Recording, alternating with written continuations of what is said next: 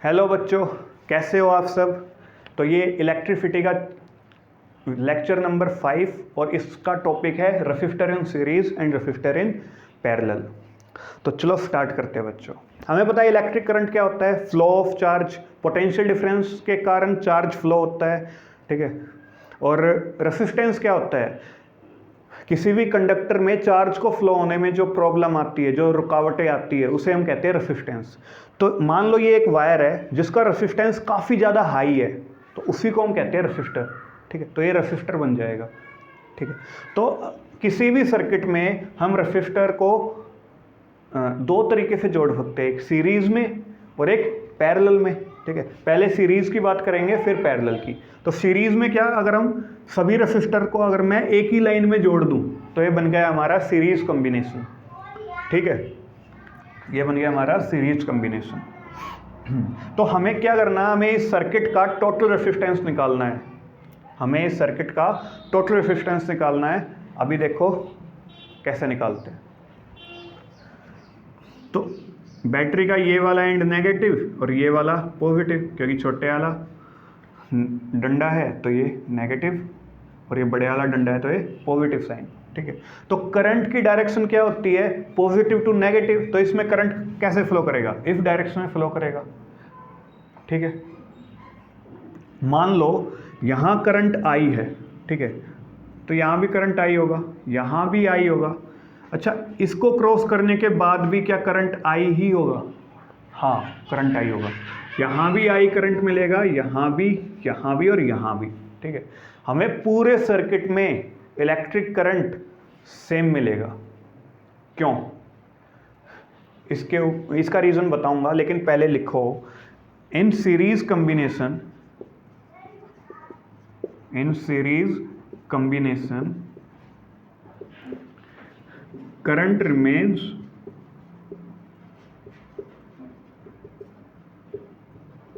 Same. बहुत important है, लिख लो इसे। पूरे सर्किट में, सीरीज कॉम्बिनेशन में पूरे सर्किट में हमें करंट सेम मिलेगा।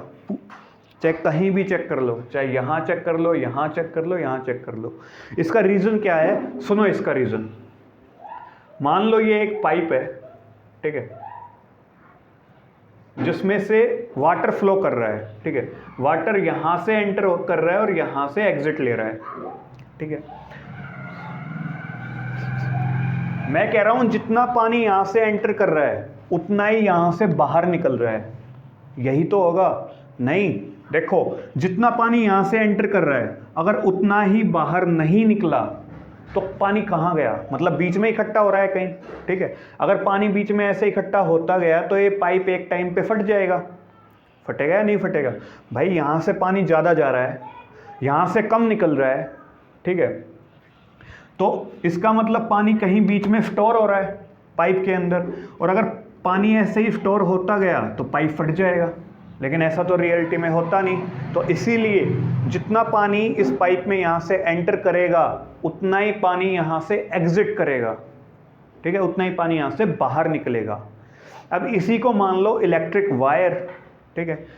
करंट क्या होता है, फ्लो ऑफ चार्ज, चार्ज का फ्लो होना। अभी इसमें से क्या फ्लो हो रहा था, पहले वाटर फ्लो हो रहा था, अब फ्लो हो रहा है चार्ज। मान लो ये एक वायर है, इसमें से चार्ज फ्लो हो रहा है, यहाँ से एंट्री ले रहा है और यहाँ से एग्जिट, ठीक है।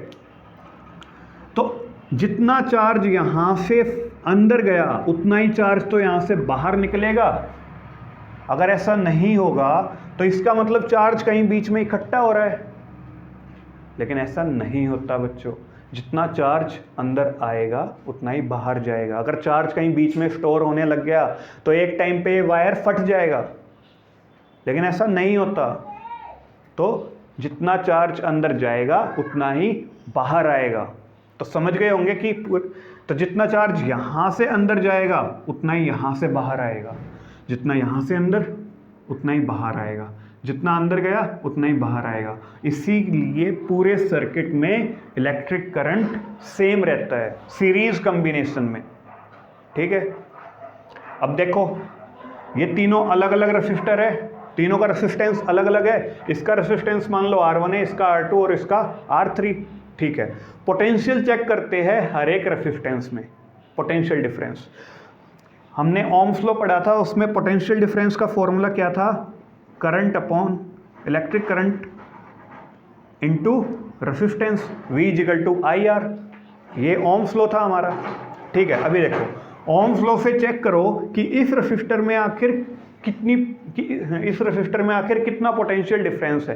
कैसे चेक करोगे? V का फॉर्मूला लगाओ, V इक्वल टू IR1, क्योंकि इसका रेसिस्टेंस R1 है, ठीक है। इसके लिए V कितना होगा? करंट तो सेम है ना पूरे में, ठीक है, IR2, ठीक है। इसमें पोटेंशियल कितना होगा? IR3। बहुत इंपॉर्टेंट। देखो तीनों में करंट सेम है, रीजन मैंने बताया, लेकिन तीनों में पोटेंशियल अलग अलग आ रहा है। इसका IR1 आया, इसका IR2, इसका IR3, समझे? R1, R2, R3 की वैल्यूज अलग अलग है, इसलिए हर एक में। तो इसको मैं लिख सकता हूं, ये V1, ये V2 और ये V3। R1 रेसिस्टेंस में कितना पोटेंशियल है? V1। R2 में कितना पोटेंशियल डिफरेंस है? V2। और R3 में V3। तो अगली लाइन लिखो इसमें बच्चों, in series combination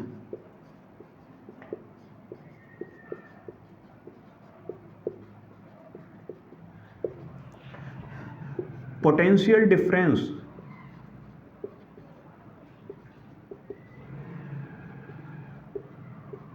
is different for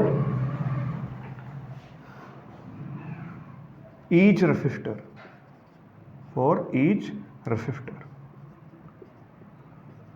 तो समझ गए होंगे आप कि करंट पूरे सर्किट में सेम रहेगा सीरीज कॉम्बिनेशन में, और सीरीज कॉम्बिनेशन में पोटेंशियल डिफरेंस हर एक रेसिस्टर के लिए डिफरेंट होगा, ठीक है। समझ आ रहा है क्यों अलग होगा? क्योंकि हमने ओम्स लॉ से V1 निकाला इसका, ठीक है, IR1 आया, इसका IR2 आया, इसका IR3 आया। साफ दिख रहा है कि तीनों में पोटेंशियल अलग अलग है। और करंट सेम क्यों रहेगा? उसका रीजन भी मैंने समझा दिया, ठीक है। तो इसकी स्क्रीनशॉट ले लो या इसे लिख लो, फिर हम आगे बढ़ते हैं, ठीक है।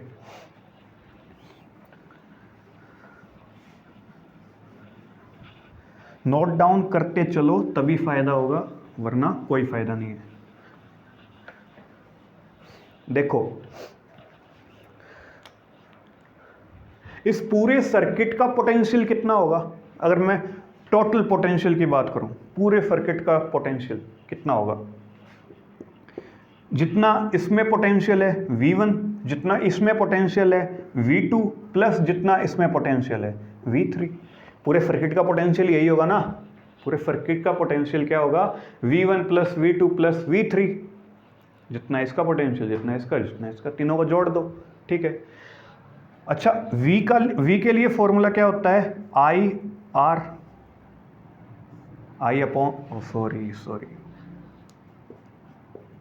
IR ओम्स लॉ से V का फॉर्मूला क्या होता है? IR, ठीक है।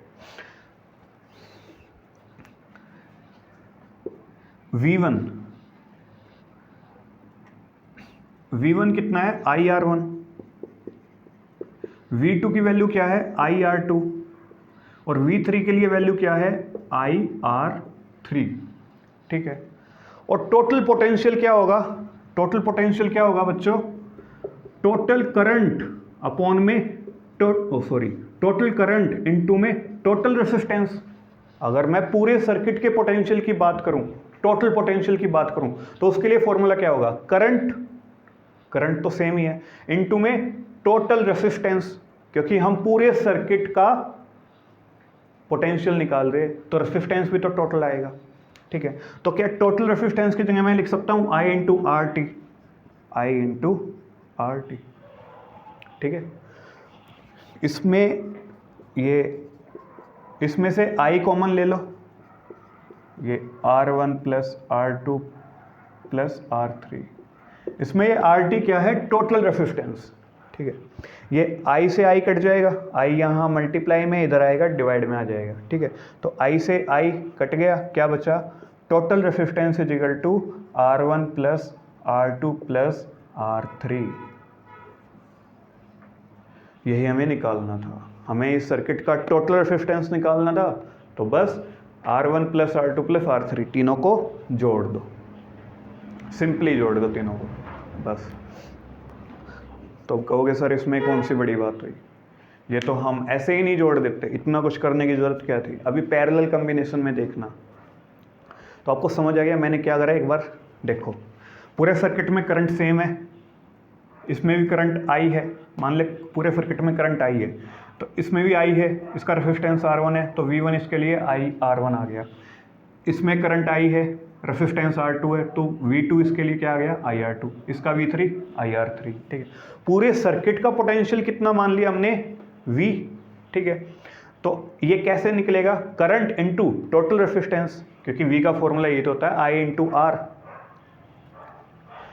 तो VT की जगह हमने ये पुट कर दिया, V1 की जगह ये, V2 की जगह ये और V3 की जगह ये, और फिर हमने इसे सोल्व कर दिया। तो टोटल रेसिस्टेंस कितना है R1 plus R2 plus R। मान लो ये रेसिस्टेंस 5 ओम है, ये 6 ओम है और ये 10 ओम है, तो तीनों को जोड़ दो, 15 6 21 ओम टोटल रेसिस्टेंस हो जाएगा इस सर्किट का। ठीक है, तो मैं इसे मिटाने जा रहा हूँ, लिख लो इसे।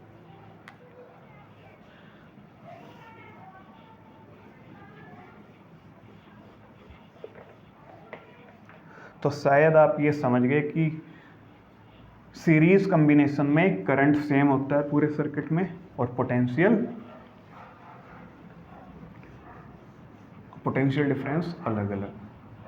तो अब लिखो रेसिस्टर इन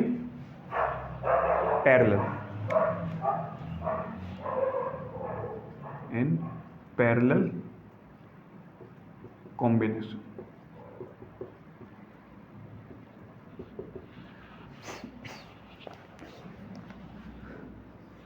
तो बेसिकली पैरेलल ये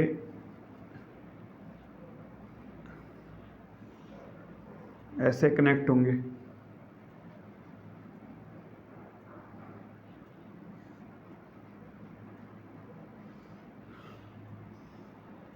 ये यहाँ पे बैटरी और सेल में क्या फ़र्क होता है बच्चों। बैटरी होती है कॉम्बिनेशन ऑफ सेल, ये अभी एक सेल है, ठीक है, इसमें मैं अगर और सेल जोड़ दूं तो अब ये बन गई बैटरी, कॉम्बिनेशन ऑफ सेल। ठीक है, मैंने यहाँ 3 सेल जोड़ रखे हैं, तो ये छोटे वाले डंडे पे नेगेटिव चार्ज, बड़े वाले पे पॉजिटिव चार्ज।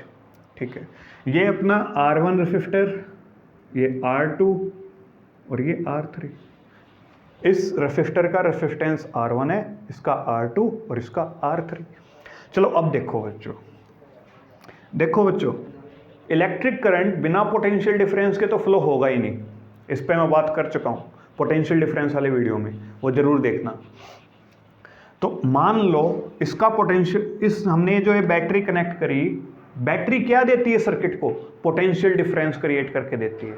ठीक है, उसमें पोटेंशियल डिफरेंस क्रिएट करती है कैसे, मान लो ये V वोल्ट की बैटरी है, कितने की, V की। इसका मतलब जो है पॉजिटिव वाला पॉइंट है ना, इस पॉइंट पे पोटेंशियल होगा V, कितना होगा V, और इस वाले पॉइंट पे पोटेंशियल कितना होगा 0। तो क्या पोटेंशियल डिफरेंस आया, तो पोटेंशियल डिफरेंस कितना, V माइनस 0 V। समझे, जो नेगेटिव वाला पॉइंट होता है बैटरी का, उस पे होता है जीरो पोटेंशियल, और जो पॉजिटिव वाला होता है उस पे weak potential, 6 volt 7 volt 8 volt 10 volt, कुछ ना कितना भी लगा लो। ठीक है, तो क्या पोटेंशियल डिफरेंस जनरेट हो गया। अब current high potential to low potential भागेगा। ठीक है, मतलब हाई पोटेंशियल ये पॉइंट है, लो पोटेंशियल ये वाला पॉइंट है, तो करंट अब ऐसे भागेगा। तो करंट की डायरेक्शन ये होगी बच्चों, पॉजिटिव टू नेगेटिव। ठीक है, ये हमारी करंट की डायरेक्शन है। अभी देखो ये जा रहा है करंट, करंट पहुंचा यहाँ पे, यहाँ से I करंट निकला, यहाँ I करंट, यहाँ I करंट। अब देखो, अब इस करंट के पास 3 रास्ते हैं चलने के लिए। ठीक है, एक ये, एक ये, एक ये, तो ये तीनों रास्तों में बट जाएगा। मान लो इसमें आया I1 करंट, इसमें गया I2 करंट, इसमें गया I3 करंट, क्योंकि अब इस चार्ज के पास जो करंट क्या होता है, फ्लो ऑफ चार्ज। तो जो चार्ज फ्लो हो रहा था उसके पास 3 रास्ते थे यहाँ पे, तो तीनों रास्तों में बट गया थोड़ा थोड़ा, कुछ इसमें आ गया, कुछ इस रास्ते पे चला गया, कुछ इस रास्ते पे चला गया। ठीक है, तो इलेक्ट्रिक करंट पैरेलल कॉम्बिनेशन में अलग अलग होता है। क्यों? क्योंकि यहाँ चार्ज को चलने के लिए अलग अलग रास्ते मिल गए। कुछ करंट, कुछ चार्ज इसमें से फ्लो हो गया, कुछ चार्ज इस रास्ते पे फ्लो हो गया, कुछ इस पे से फ्लो हो गया। ठीक है, तो इसमें करंट कितना होगा, I3, इस पे I2 और इस पे I1, और टोटल यहाँ मिला के फिर से आ जाएगा I। सारा चार्ज यहाँ फिर से इकट्ठा हो गया ना, I1 I2 I3, तो ये फिर I बन गया, ये I और ये भी I। समझे? तो लिखो, in parallel combination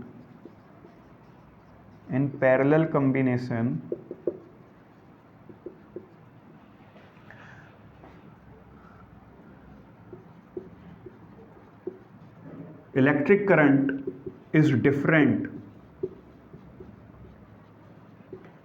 for different resistor। हर एक रेसिस्टर के अंदर अलग अलग इलेक्ट्रिक करंट होगा। इस रेसिस्टर के अंदर I1 है, बेसिकली इनको सेम कर लेते हैं, ये मान लो ये R1 है, ये R2 है और ये R3 है। ठीक है, तो R1 रेसिस्टर में I1 करंट है, R2 में I2 करंट है, R3 में I3 करंट है। तीनों रेसिस्टर में अलग अलग करंट जाएगा। रीजन मैंने समझा दिया, शायद समझ आ गया हो गया, क्योंकि यहाँ चार्ज को चलने के लिए 3 अलग अलग रास्ते मिल गए। कुछ चार्ज इसमें से आ गया, कुछ इसमें से, कुछ इसमें से। ठीक है, जितना रास्ता जिसे जहाँ मिला वो उस तरफ चल पड़ा। देखो, अब देखते हैं क्या पोटेंशियल डिफरेंस अलग होगा या सेम होगा। देखो, ये वाला पॉइंट, इस वाले पॉइंट पे कितना पोटेंशियल है V, इस वाले पॉइंट पे कितना पोटेंशियल है 0। ठीक है, तो ये कनेक्टेड है इससे, ये पॉइंट इससे कनेक्टेड है, तो यहां भी कितना पोटेंशियल हो जाएगा V, और बैटरी के इस एंड से ये वाला एंड कनेक्टेड है, तो यहां कितना पोटेंशियल हो जाएगा 0। समझ रहे हो या नहीं? बैटरी में जो नेगेटिव टर्मिनल होता है उस पर 0 पोटेंशियल होता है, और जो पॉजिटिव टर्मिनल होता है उस पर V पोटेंशियल। V की वैल्यू कुछ भी हो सकती है, 10 20 25 कुछ भी। ठीक है, V पोटेंशियल। तो जो एंड पॉजिटिव से जुड़ा हुआ है उस पे पोटेंशियल V हो जाएगा, और जो एंड नेगेटिव से जुड़ा हुआ है उस पे पोटेंशियल 0 हो जाएगा। इस पे 0 पोटेंशियल, इस पे V पोटेंशियल। तो देखो, अगर R1 रेसिस्टर देखो, यहां से यहां तक R1 रेसिस्टर में कितना पोटेंशियल डिफरेंस है, V। डिफरेंस कितना आया, V माइनस 0। पोटेंशियल डिफरेंस देखना ना हमें, V माइनस 0, V, इसमें भी V माइनस 0, V, इसमें भी V माइनस 0। रीजन समझ आया? क्योंकि तीनों के, ऐसे समझ लो इसे, तीनों के तीनों रेसिस्टर डायरेक्ट बैटरी से कनेक्ट है।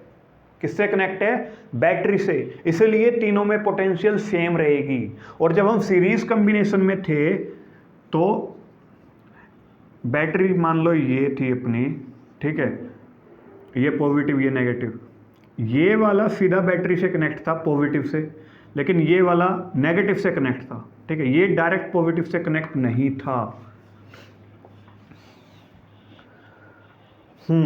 तो इसमें पोटेंशियल सेम क्यों रहेगी? क्योंकि तीनों रेसिस्टर बैटरी से कनेक्टेड है, तीनों।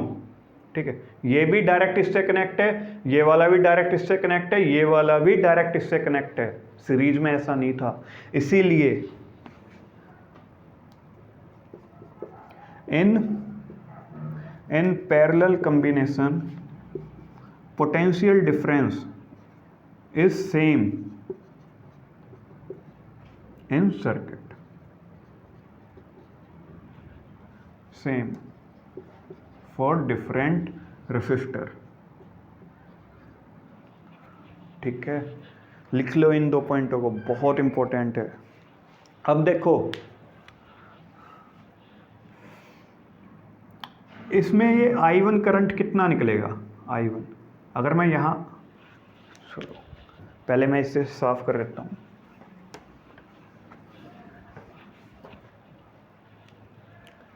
जो R1 रेसिस्टर है इसमें करंट कितना होगा, इलेक्ट्रिक करंट कितना होगा। अगर मैं I1 की वैल्यू निकालूं तो कितनी आएगी। बेसिकली ओम्स लॉ क्या है, V equal to I R. तो यहाँ से I की वैल्यू क्या आई, V अपॉन R। ठीक है, तो अगर मैं I1 की वैल्यू निकालूं इसमें, इस रेसिस्टर में, तो इसमें पोटेंशियल कितना है V,